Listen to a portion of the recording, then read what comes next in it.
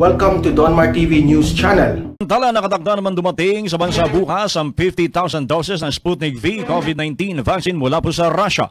Ayon sa National Task Force Against COVID-19, darating ang mga bakuna lula ng Qatar Airways. Inasang darating ang shipment ng alas 11 ng gabi sa Ninoy Aquino International Airport Terminal 3. Agad dadalhin ng mga bakuna sa Pharmaserve Warehouse sa Marikina City bago ito ipamahagi sa iba't ibang lugar sa bansa. Mapabatid na ito na ang ikatlong batch ng Sputnik V na darating sa Pilipinas. Noong May 1, dumating ang unang 15,000 doses ng nasabing bakuna na sinundan noong May 12 na 15,000 doses. Sa ngayon, umaabot na sa 8 milyong doses ng bakuna ang nakukuha ng Pilipinas. 5 milyon dito ay mula sa Chinese firm na Sinovac. Pilipinas at Amerika posibleng magkaroon ng partnership sa manufacturing at distribution ng COVID-19 vaccine. Pinag-aaralan ng Pilipinas at US ang posibilidad na magkaroon ng dalawang bansa ng kooperasyon sa manufacturing at distribution ng COVID-19 vaccine sa Pilipinas. Sinabi ni Philippine Ambassador to the US, Jose Manuel Romualdez, na ito ay upang mapabilis ang local access sa crucial jobs laban sa kinatatakutang viral infection. Ayon kay Romualdez, malinaw na ang limitadong vaccine supply ay patunay ng kahalagahan ng pagkakaroon ng domestic capacity para matiyak ang pagiging vaccine self-reliant ng Pilipinas para sa posibleng pandemya sa mga susunod pang panahon. Napag-alaman na base sa proposal na napag-usapan sa isang forum sa pagitan ng mga opisyal ng US at Pilipinas, pabor ang dalawang panig sa suitable investment partners na magtatatag ng manufacturing hubs sa bansa.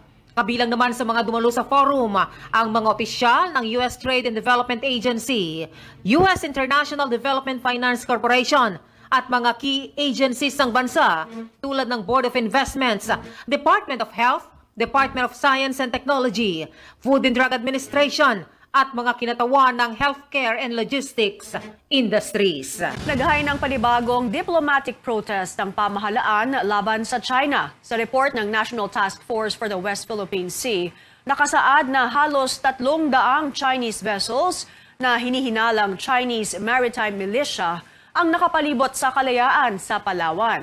Sa pahayag ng Foreign Affairs Department, iginigiit nitong dapat umalis sa mga vessels sa ating exclusive economic zone. Tinawag ding illegal ang pamamalagi at mga aktibidad ng Chinese maritime assets at fishing vessels sa Pag-asa Islands. Matatandaang ilang beses na rin naghain ng protesta ang gobyerno laban sa China nang namataan ang mahigit 200 barko nito sa Juan Felipe Leaf. Pinabulaanan ni megastar Sharon Cuneta ang kumakalat na chismis kaugnay sa kanyang pagpunta sa Amerika.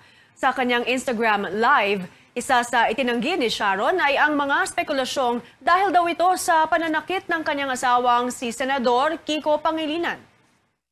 Ang asawa ko po ni minsan ni daliri niyan hindi dumapo sa akin. Hindi kami tatagal ng 25 years kung kahit isang daliri niyan ay dumapo sa akin. I think it's a move na siraan ng asawa ko na matagal na namang ginagawa. Sanay na kami siya. Ikinuwento rin ni Mega ang naudlot na pagganap sa Hollywood film ni Steven Spielberg. Pagbibidahan ito ng film stand-up comedian na si Joe Coy. Dahil daw ito sa false positive COVID-19 test result. Kwento ni Sharon, nag-take pa ulit siya ng 7 COVID-19 tests sa iba't ibang laboratorio. Lahat ito nag-negative. Pero dahil hindi siya natuloy sa kanyang original flight schedule, ibinigay na sa iba ang kanyang role. It broke my heart. It really did.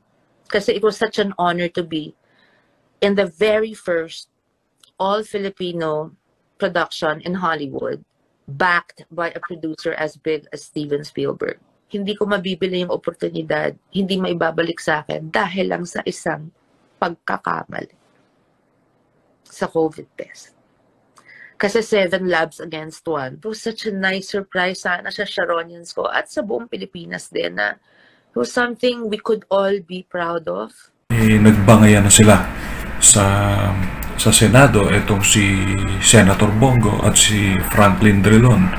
Sapagkat, sabi ni Senator Drilon, tila parang tumagal yung dokumento sa mesa ni Senator Bongo ng 15 months.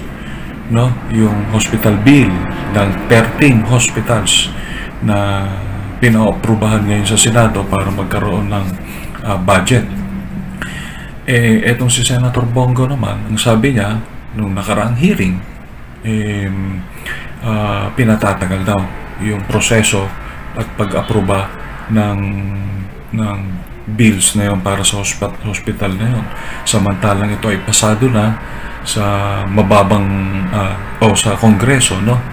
So yun ho, at tila sinagot siya ni Senator Drilon na hindi naman pinatatagal, kundi tumagal yan sa mesa mo, Senator Bongo. Yun ang nais niyang iparating, o tumagal sa Senado yung House Bill na yan para sa hospital, ano? At saka sa mga dagdag at upgrade ng kagamitan na magagamit natin sa medical purposes para sa ating mga mamamayan. So, ang nangyari, ang basa ko sa huling pangyayaring ito, sinisisi niya si Senator Bongo kung bakit tumagal yung mga dokumento na yan sa Senate. At parang ang nagpabaya, pinalalabas na nagpabaya, si Senator Bongo. Ang akin naman ho ay ito. Total, andyan na yan. Tumagal na yan. Hindi na natin maibabalik yan. At may dahilan naman kung bakit tumagal yan. Kasi unang-una, naranasan natin ang pandemic na to na hindi natin inaasahan na mangyari sa atin. At hindi lang naman nangyari yan dito sa ating bansa, kundi sa buong mundo, no? So sana, andyan na yan, huwag na natin pagtalunan, kundi pag-usapan at maaprubahan yan, dahil yan ay mapapakinabangan ng ating mga mamamayan na nasa malalayong lugar at walang magagandang hospital na pwede nilang puntahan sa panahon na tumaas na naman ang kaso ng COVID. So as of now, mga kaibigan, mapapansin ninyo sa mga nasa malalayong probinsya na pumuputok o tumataas ang COVID infection, di ba?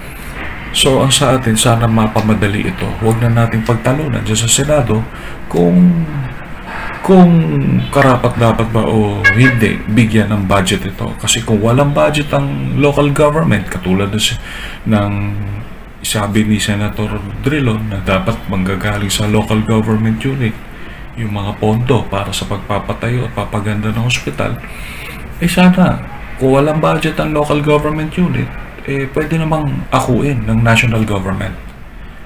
So yun ang nilalakad ni Senator Bongo. Ngayon, ikaw naman, Drilon, huwag mo lang mambabato ka pa ng sisi. Buti sana kung tumagal ng 15 months yung dokumento na yan sa Senado, yung House Bill na yan for the 13 hospitals na naisipatayo. Kung walang COVID, pwede mong sisihin si Senator Bongo, diba? Kasi napakatagal nun, yung 15 months, tapos walang reason na tumagal yun, pwede kayong malisi. Pero yun, sinabi na nga ni Senator Bongo na dumadaan tayo sa pandemic. May mga dokumento na dapat asikasuhin ng mga local government unit kung saan itatayo ang hospital, hindi naman kaagad-agad na asikaso yun dahil nasa gitna tayo ng pandemic. So yun ho, Senator Drilon, kung talagang mahal nyo yung masa, ikapagkaloob nyo, no? Hindi yung magmamataas kayo. Alam na namin na kayo ay magaling na senador. Alam na namin na walang katumbas ang talino nyo pagdating sa batas. Pero ito ay bill o proyekto na gustong ipasa ni Senator Bongo. Suportahan na lang natin. Total, kabaro nyo naman Senator Bongo senador din naman siya. Magkaiba nga lang kayo ng posisyon. Kasi kapag nangyari yung pagkontra nyo o ng ibang opposition dyan, malinaw lang na pinipersonal nyo dahil hindi nyo kaalyado. Nagbangayan na sila sa Senado itong si Senator Bongo at si Franklin Drilon, sapagkat sabi ni Senator Drilon, tila parang tumagal yung dokumento sa mesa ni Senator Bongo ng 15 months, no? Yung hospital bill ng 13 hospitals na pinaaprubahan ngayon sa Senado para magkaroon ng budget. Etong si Senator Bongo naman, ang sabi niya nung nakaraang hearing, pinatatagal daw yung proseso at pag-aproba ng bills na yon para sa hospital na yon. Samantalang ito ay pasado na sa mababang sa Kongreso, no? So yun ho, at tila sinagot siya ni Senator Drilon na hindi naman pinatatagal, kundi tumagal yan sa mesa mo, Senator Bongo. Yun ang nais niyang iparating, o tumagal sa Senado yung House Bill na yan para sa hospital, ano, at saka sa mga dagdag at upgrade ng kagamitan na magagamit natin sa medical purposes para sa ating mga mamamayan. So ang nangyari, ang basa ko sa huling pangyayaring ito, sinisisi niya si Senator Bongo kung bakit tumagal yung mga dokumento na yan sa Senate, at parang ang nagpabaya, pinalalabas na nagpabaya si Senator Bongo.